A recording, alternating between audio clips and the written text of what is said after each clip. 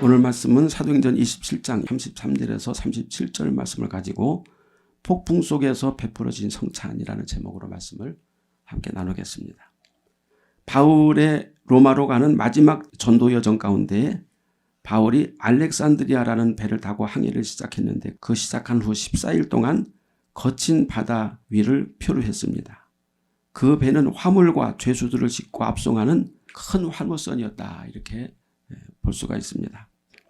그 배는 바람과 파도에 밀려서 하염없이 떠돌았는데 지중해를 지나 아드리아 해에서 14일 동안 표류를 하고 있었습니다. 아드리아 해는 바울이 3차 전도 여정을 떠났던 고린도와 이탈리아 반도의 시실리 섬 사이에 있는 해협입니다. 사도행전 27장 27절에 보면 이리저리 쫓겨가다가 이렇게 말씀하고 있는데, 이 말은 배가 파도에 표류하고 있었다, 난파될 수도 있는 상황이었다 하는 것을 말씀해 주고 있습니다. 그런데 하나님께서 바울이 탄 배를 유라굴로라 하는 폭풍을 불게 하셔서 이탈리아 반도 남쪽에 있는 멜리데 섬으로 인도하셨다고 우리가 사도행전 마지막 장에서 볼 수가 있어요. 역사가 요세푸스는 바울의 마지막 항해에 대해서 이렇게 기록하고 있습니다. 나는 바다의 많은 위험을 통과하여 로마로 왔다. 우리의 배는 아드리아해 중심에 가라앉고 있었는데 약 600여 명이 타고 있었고 우리는 밤새도록 물 위에 떠 있었고 동틀즈음에 하나님의 가호로 구레네 배가 우리 앞에 나타났다. 나와 몇몇 사람들 모두 8명은 죽기 전에 그 배에 닿았고 구조를 받게 되었다. 그래서 이탈리아 사람이 푸테올리라고 부르는 디세 아르키아에 안전하게 도착했다. 아마 유대 역사가인 요세푸스가 어떤 부분을 기록한 것 같습니다. 그런데 성경과 딱 떨어지진 않지만 그 당시에 이런 엄청난 풍랑이 있었다는 것을 역사적으로 고증하고 있습니다. 유라굴로라고 하는 이 광풍은 그 당시 이교도들이 태풍의 신으로 부르고 있었어요. 태풍은 바울의 로마 전도를 방해하려고 알렉산드리아 배를 뒤엎었지만 하나님은 유라굴로, 즉 광풍, 이교도의 태풍의 신을 통해서도 바울의 목적지인 이탈리아 반도 남쪽에서 멜리데로 인도하셨다 하는 것입니다. 이교도들이 믿는 신까지도 하나님은 지배하시고 그 하나님의 선한 목적을 위해서 사용하신다는 사실을 역사적으로 이 사도행전에서 보여주고 있습니다. 우리가 불교에서는 인생을 뭐라고 말합니까? 인생은 고해다, 이렇게 말하는데 마치 인생은 광풍, 유라굴로가 흔들어대는 거친 바다와 같다. 그런데 그 고해 위에 떠도는 배는 이리저리 돌다가 결국에 어디에 다다릅니까? 목적지인 하나님 앞에 다다르게 됩니다. 어떤 인생이든지 어떤 배든지 어떤 사람이든지 반드시 하나님의 면전에 서게 됩니다. 불교인들은 인생이 돌고 도는 시련과 고난, 풍랑이라는 사실을 알아서 인생은 고해와 같다, 그렇게 말하지만 하나님 앞에 귀향한다는 사실을 깨닫지 못하는데 그 이유가 무엇입니까? 미신이, 그들이 믿는 미신이 그들의 눈을 어둡게 하기 때문에, 그래서 복음의 빛을 바라보지 못하는 것입니다. 그래서 예수님은 이 사실을 우리에게 가르쳐 주시기 위해서 이 세상에 육신으로 오셨습니다. 인생은 죄와 타락의 유라굴로가 뒤엎는 세속의 바다지만 예수님과 함께 항해하면 영원한 하나님의 나라 항구에 도달한다는 사실을 예수님은 이 세상에 오셔서 우리에게 친히 말씀으로 전해주셨던 것입니다. 우리 예수님은 갈릴리 바다에서 돌풍에 뒤흔들리는 제자들이 탄 배를 향해서 잔잔하라, 그렇게 명하셨고 곧 바다의 바람과 파도가 잠잠해졌습니다. 시편 107편 29절 30절에 보면 광풍을 평정히 하사 물결로 잔잔케 하시도다. 저희가 평온함을 인하여 기뻐하는 중에 여호와께서 저희를 소원의 항구로 인도하시는도다. 이렇게 시편에서 기자가 말씀합니다. 사도행전 20장 30절에 보면 사공들이 도망하고자 하여 이물에서 닷을 내리는 채하고 거룻배를 바다에 내려놓거늘이라고 기록하고 있습니다. 여기서 사공들은 오랜 바닷일의 경험으로 깊은 밤중에 어느 육지에 가까이 와졌다는 사실을 육감적으로 알게 되었다는 것입니다. 이 사공들은 땅의 냄새를 멀리서도 맡을 수 있고 바다에 익숙한 자들이므로 상당한 거리에서도 그 육지의 희미한 그 형체를 볼 수가 있다 하는 것입니다. 바다의 파도나 조류의 흐름, 바다 위에 나는 새를 보면서 사공들은 육지가 가까워졌다, 흙냄새가 나는구나 하는 것을 알 수가 있죠.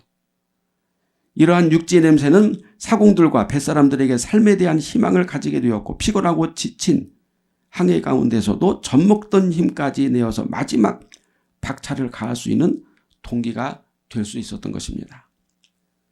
하나님은 사람들에게 생명의 육감, 삶의 육감이라는 것을 주셨어요.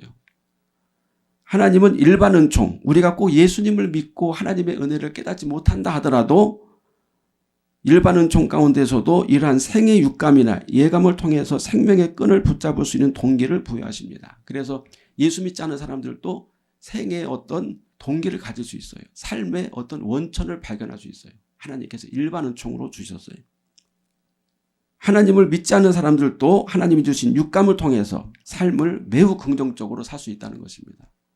그래서 우리가 요즘에 유튜브를 많이 보시잖아요. 유튜브에서 어떤 사람이 성공적인 삶을 살았다.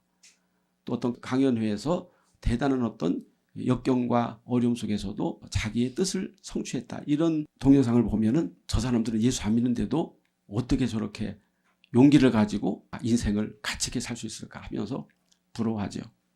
그것은 하나님이 주시는 일반 은총이다. 그 말이에요. 누구든지 어떤 삶의 동기와 어떤 삶의 끈앞을 붙잡고 자기 인생을 열심히 살아갈 수 있어요. 예를 들면 건강이 좋아지는 징조 또는 일이 잘 풀려져 나갈 것 같은 좋은 예감, 이런 것들은 하나님께서 인간에게 주신 예지 능력인데 이런 것들을 통해서 미래를 점치고 또는 긍정적인 마음을 가지게 된다. 이것을 우리가 신앙과 비슷하게 해석해서는 안 됩니다. 이것이 이제 자기암시라는 것이죠. 자기암시. 그런 걸 통해서도 불신자들이 얼마든지 긍정적으로 살 수 있습니다. 이러한 능력은 비록 죄로 인해서 타락하여 하나님이 주신 은혜를 잃어버렸지만 하나님이 인간들에게 주시는 최소한의 남아있는 일반 은총이다 하는 것입니다. 그래서 사공들이 그 위험한 항해 가운데서 언제 배가 뒤집혀지고 엄청난 유라굴로라고 하는 그 가운데서 뚫고 나갈 수 있었던 것은 예감입니다. 사공들의 예감. 흙냄새. 육지가 가까워졌다는 예감을 갖고 있기 때문에 힘을 다해서 노를 저었다 그 말입니다. 그런데 사도 바울은 뭐라고 말했습니까? 사공들에게 그러한 예감보다는 하나님께 소망을 둬라. 하나님이 나에게 계시해 주셨다. 구해 주시겠다고 약속하셨다. 이렇게 그들에게 말을 전했습니다. 사공들은 땅의 냄새를 예감하고 물의 깊이를 재어봤다고 그랬는데 처음에는 20길, 그 다음에는 15길이 되었다 그랬어요. 점점 바닥이 얕아진다는 것은 육지에 가까워지고 있다는 좋은 예감인 것입니다. 여기서 깊이를 재어본다라고 하는 말은 소리를 들었다는 뜻인데 나비 달린 줄을 바다에 내려뜨려서 깊이를 확인하는 방법입니다. 아마도 줄의 소리를 듣고 깊이를 알아내는 사공들만의 기술인 것 같습니다. 육지에 가까워지면서 얕아지자 해안에 있는 암초에 걸려 배가 파손되지 않도록 선원들은 닷을 내리고 밤이 새기를 기다렸다. 이렇게 우리가 말씀을 볼 수가 있습니다. 20길이나 15길 사이에 깊이가 되는 해변에서는 물살이 매우 빠르고 거친 지형이나 경사, 모래톱 등에 걸려서 배가 좌초될 위험이 있기 때문에 섣불리 배 밖으로 나가지 않고 기다리고 있었다는 것입니다. 그 당시 닷이 있는데 그 닷이라고 하는 것은 그 당시에는 큰 돌로 만들었다고 합니다. 돌덩어리에 밧줄을 묶어서 이제 바다에 내려뜨려서 배를 고정시키죠. 그 다음에 조금 더 발달해서 나무 톱니처럼 생긴 바가지나 또는 무거운 나비나 돌을 그 속에 넣어서 사용했고 현대는 갈고리나 이빨 모양의 쇠로 만든 그런 닷을 사용해서 배들을 항구에 정박시키고 배가 떠내려가지 않도록 그렇게 고정을 하죠. 닷을 내려서 배를 고정시키고 더 이상 배가 표류하지 못하도록 안전하게 매두었다 하는 것입니다. 우리가 히브리서 6장 19절에 보면 우리가 이 소망을 가지고 있는 것은 영혼의 닷 같아서 튼튼하고 견고하여 휘장 안에 들어가나니 이렇게 말씀하고 있는데 선장과 뱃사람들이 배를 안전하게 고정시키는 방법으로 닻을 내리듯 소망의 닻을 우리가 예수 그리스도 안에 든든하게 단단하게 내림으로 우리 그리스도인들이 천국에 든든하게 들어가게 된다는 사실을 사도 바울이 또 증거하고 있어요. 우리의 영혼의 닻은 예수 그리스도 믿음 안에 내려야 된다는 것입니다. 아마도 바울은 진정한 소망은 스스로 구명정을 타고 육지로 도망가는 것이 아니라 하나님의 계획과 섭리 가운데서 소망의 닻을 두고 기다리는 것이다. 이렇게 그 사공들에게 충고한 것입니다. 배를 젓는 사공들이 도망가고자 몰래 거룻배 작은 보트를 바다에 띄워놓자 백부장은 거룻줄을 끊어버리도록 군인들에게 명령했는데 이는 사공들이 없으면 배를 운행할 수 없기 때문이었습니다. 왜 사공들이 몰래 거룻배를 내렸을까요? 아마도 자기들 먼저 살려고 하는 이기적인 생존 욕망이 있었기 때문입니다. 이것은 죄악을 가진 인간의 자연스러운 욕망이지요. 누구나 위기에 처하면 먼저 살기 위해서 자기 몸을 살립니다. 그러나 불신자들 중에서도 이타적인 사람들이 있어요. 자신의 생명보다 타인의 생명을 먼저 생각하고 자신의 생명을 희생하여 다른 사람들의 생명을 구하는 착한 사람들도 있습니다. 그러나 이 구절에서 보면 이 사공들은 자신의 경험을 매우 이기적으로 사용하여 자신들만 살 길을 구했다라고 볼 수가 있습니다. 실상 사공들이 바다에 내려놓은 거룻배 줄을 끊어서 사공들이 배를 탈출하지 못하도록 백부장 율리오를 권고한 사람이 있었는데 그 사람이 바울이었어요. 바울은 자기네들만 살려고 배 줄을 끊고 자기 목숨들을 구하기 위해서 작은 보트로 뛰어내려서 살고자 했던 그 사람들이 그렇게 하지 못하도록 율리오 백부장에게 말했다 그 말입니다. 왜 그랬을까요? 그 사공들이 자기 목숨만 구하기 위해서 작은 배를 타고 탈출하려고 했던 것을 사도 바울이 왜 그렇게 하지 못하게 했을까요? 못마땅히 여겨서 그랬을까요? 아닙니다. 만일 사공들이 거룻배를 타고 바다에 나갔다면 그들은 거친 파도에 휩쓸려 구원받지 못하고 죽게 되었을 것입니다. 사도 바울은 이미 하나님께 명령을 받았어요. 가만히 여기 있어라. 하나님이 구원해 주실 것이다. 그런데 만약에 사공들이 자기 목숨을 위해서 그 배에서 탈출해서 나가면 그 사람들은 다 죽게 될 것이라는 것을 사도 바울은 알았죠. 왜냐하면 아직까지 육지와는 배가 상당한 거리가 떨어져 있었기 때문에 파도가 강하게 몰려오고 있었습니다. 사도 바울은 사도행전 27장 14절에서 이미 하나님의 계시를 받았습니다. 바울아 두려워하지 말라. 내가 가이사 앞에 서야 하겠고 또 하나님께서 너와 함께 항해하는 자를 다 내게 주셨다. 다 구원하시겠다는 하나님의 약속을 받았기 때문에 이 배를 떠나지 말라. 그렇게 권고했던 것입니다. 날이 새자 바울은 14일 동안 제대로 먹지도 쉬지도 못해 지친 사람들에게 안심하라. 생명에는 지장이 없다고 말하고 음식을 먹을 것을 권했습니다. 이때 바울은 선상에서 복음을 전하며 바다 위에서의 성찬, 폭풍 가운데에서의 성찬을 베풀게 됩니다. 바울의 메시지는 이 모든 것이 너희의 구원을 위한 것이고 생명에는 지장이 없을 것이라고 하는 하나님의 말씀이었습니다. 여기서 바울이 말한 구원은 당장 바다의 폭풍으로부터 난파선으로부터 구원도 있겠지만 궁극적으로는 무엇이에요? 영원 구원입니다. 바울이 말하고자 하는 것은 영원 구원이에요. 14일 동안 무서운 폭풍 유라굴로의 횡포로 두려움과 극단적 공포가 끝나기만을 기다리며 필사적 사투로 인해서 지치고 삶의 희망이 꺼져가는 즈음에 바울은 난파의 위기에 서 있는 선상에서 뱃사람들과 그 배 안에 타 있는 모든 죄수들에게 하나님의 구원의 말씀을 선포했습니다. 떡을 가져다가 모든 사람들 앞에서 하나님께 축사하고 떼어 난파 선상에서의 성찬은 얼마나 놀랍습니까?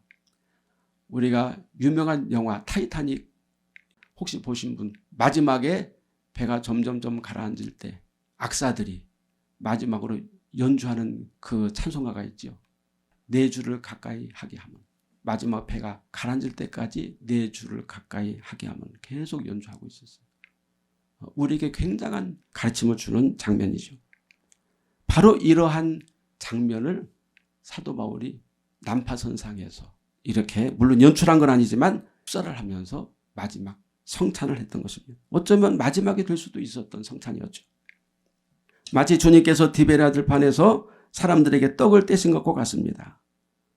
먼저 바울은 로마 이교도 군인들과 이방인들 앞에서 천지 만물을 창조하시고 바다의 태풍을 명하시는 하나님에게 찬송을 했다고 그랬어요. 그리고 구원하시는 하나님을 감사하며 음식을 주시고 생명을 주신 하나님께 감사를 드리며 우리가 떡을 떼자. 떡을 나누어서 같이 먹었습니다. 성찬이에요. 거친 바다에 둘러싸인 배 안에 갇혀 두려움과 죽음의 공포로 떨고 있는 이교도들에게 바울이 전한 하나님의 권하심과 힘을 돋구어 주는 양식과 건강에 대한 감사는 얼마나 그들에게 큰 위로와 소망이 되었을까요? 아마 평생 그들은 그 난파선상에서의 성찬을 평생 잊지 못했을 것입니다. 하나님은 이때를 위해서 바울을 세우셨고 바울은 이 위급한 상황에 처한 영혼들을 위해서 준비되어진 복음의 사람이었다 하는 것입니다. 바울은 죽음 앞에 있는 자들에게 종종 복음을 전했는데 그들에게 빵이나 돈을 주질 않고 항상 구원의 복음, 예수 십자가를 전했어요. 이것이 바로 복음의 본질입니다. 사람들은 죽음 앞에서 생명의 고귀함을 깨닫고 구원의 열망을 가지는데 바로 그때 구원자가 예수 그리스도시다. 이렇게 복음을 전했던 것입니다. 죽음과 절망 앞에서 우리를 구원하신 분은 바로 하나님이시며 예수 그리스도라는 확신과 소망, 강력한 울림이 세상에서 방황하는 영혼들의 그 마음을, 그 영혼들을 사로잡게 되었다는 것입니다. 이 성찬이 끝난 후 바울은 배 안에 있는 양식을 다 바다에 던져버리라 그랬어요. 어쩌면 사도 바울은 이 성찬이 끝난 후에 우리가 마지막이 될 수도 있다고 생각했을 것입니다. 그러나 하나님의 구원을 간절히 기다렸어요. 마치 예수님의 제자들과 나누셨던 최후의 만찬과도 같았지요. 예수님은 제자들과 마지막 만찬을 나누시면서 나는 간다, 나는 십자가에 죽는다 하면서 마지막 만찬을, 인간적인 마지막 만찬을 나누셨지만 그러나 하나님의 부활의 능력과 영광을 소망했습니다. 무서운 폭풍이 바다를 휘몰아칠 때 뱃사람들은 제일 먼저 귀중품들을 바다에 버렸다고 그랬어요. 두 번째로는 도르래와 밧줄들, 즉 화물을 운송하는 데 필요한 중요한 기구들을 버렸고, 이제 마지막으로 생명의 끈인 양식을 다 버려버렸어요. 이제 모든 것을 하나님에게 맡길 때가 되었다는 것입니다. 뱃사람들이 원하든 원치 않든 바울은 배의 운명과 사람들의 생명을 오로지 하나님에게 맡기고 하나님의 구원하심과 인도하심을 이교도들에게 선포했습니다. 바로 그 사건이 난파선 위에서, 풍파 속에서 사도 바울이 행한 성찬이었다는 것입니다. 이교도들은 바울의 선포대로 믿던 안 믿던 간에 그들의 생명이 하나님에게 달려있음을 자각하게 되었던 것입니다. 우리 그리스도인들이 성찬에 참여한다는 것은 세상의 것을 다 버리고 오직 하나님이 인도하시는 구원의 길로 가겠다는 매우 의미심장한 결단이에요. 성찬은 그냥 연례 행사가 아닙니다. 성찬은 결혼식의 필요인이나 잔치가 아닙니다. 삶의 흥미를 더하는 이벤트는 결코 아니에요. 굉장한 결단의 시간, 의미심장한 결단의 순간이 바로 성찬이에요. 그리스도의 성찬은 세상과 나의 모든 것을 바다 밖에 던져버리고 오직 하나님의 은혜를 의지하겠다는 매우 신성한 선포입니다. 그러한 성찬이 거친 바다 위에 떠있는 가련한 배 위에서 바울과 이교도 뱃사람들에게 베풀어진 것입니다. 뱃사람들은 바울의 말대로 곡식으로 음식을 만들어서 배가 부르도록 먹고 남은 곡식은 다 바다에 버렸다고 기록되어 있어요. 마지막 만찬이기도 했지만 생명을 구하기 위한 마지막 버림이었습니다. 예수님은 자기의 목숨을 버릴 때 진정한 생명을 얻는다고 수차례 말씀하셨어요. 바울은 비록 죄수로 끌려갔지만 풍랑 속에서, 생명의 위험 속에서 하나님의 사람이며 복음의 사도로서 뱃사람들에게 하나님의 위로와 구원의 길을 보여주는 복음의 사도가 되었다. 참 그리스도인들은 위기에서 강하고 죽음 앞에서 소망이 넘칩니다. 바울은 이후에 하나님의 구원이 이루어진 멜리데 섬에서 3개월 동안 복음을 전하며 뱃사람들과 섬사람들을 구원의 길로 인도했던 것입니다. 우리가 예수 믿고 부자가 되고 성공하고 교세가 드러나고 유명해지고 선교사를 많이 파송하고 어려운 사람들을 많이 도와주면 불신자들이 하나님이 살아계시다 그렇게 말할까요? 물론 세속적인 기독교인들은 그렇게 생각할 수 있어요. 저분이 예수 믿고 부자가 됐대. 저분이 예수 믿고 유명해졌어. 돈도 많이 벌어. 그리고 상위권에 올라갔어. 그러나 진정한 그리스도인들은 절대 그렇게 말하지 않습니다. 그렇게 보지 않습니다. 불신자들이 그리스도인들을 보고 어떻게 은혜를 받을 수 있습니까? 적어도 예수 믿으려면 저렇게 믿어야 돼. 이게 중요해요. 그 불신자들이 우리를 보고 은혜 받을 수 있는 근거는 세상적인 부유함이 아니라 거룩함과 소망과 진실함과 성실함이며 환난 속에서도 흔들리지 않은 믿음이다. 바로 그 믿음의 모습을 사도 바울이 이교도들에게 풍파 속의 선상에서 보여줬다고 말입니다. 어려운 상황에서도 거짓과 싸우고 진리를 지키며 사리사욕에 빠지지 않고 생명을 사랑하고 하나님의 거룩함을 실현하고 진정한 소망을 하나님 앞에 두는 그리스도인의 모습을 보면서 불신자들은 하나님의 은혜를 발견하게 될 것입니다. 우리는 우리 자리에서 우리의 믿음을 지키는 것이 중요해요. 언제 봐도 그 성도가 그 자리에 있구나. 누구 안목애가 역시 똑같이 예수 믿음 안에 그대로 있구나. 그것을 보면서 불신자들은 나중에서야 알게 되는 것입니다. 하나님은 예수 그리스도를 통해서 우리에게 은혜를 주셨고, 그러나 우리는 그리스도를 믿는 진실한 믿음을 통해 불신자들에게 하나님의 은혜를 드러내는 것입니다. 뱃사람들과 모든 죄수들은 배와 부서진 조각들과 물건들을 이용해서 바울이 하나님에게 계시받은 한 섬 멜리데라는 곳에 무사히 상륙하게 됩니다. 바울이 받은 하나님의 계시대로 바울이 탄 배 사람들은 한 사람도 목숨을 잃지 않고 생명을 구하게 되었다. 이렇게 이 스토리의 결말이 나게 됩니다. 이 놀라운 역사를 이루기 위해서 바울은 엄청난 풍랑과 동요 속에서 사공들의 반역할 만한 사건 속에서도 자기 목숨을 아끼지 아니하고 두려워하지 아니하고 선상에서의 은혜스러운 성찬을 베풀었습니다. 그 성찬의 역사가 그 많은 영혼들을 구원했다 하는 사실을 우리가 알게 됩니다. 그런 은혜가 우리에게도 항상 넘쳐나게 되어지시기를 예수 이름으로 간절히 바랍니다.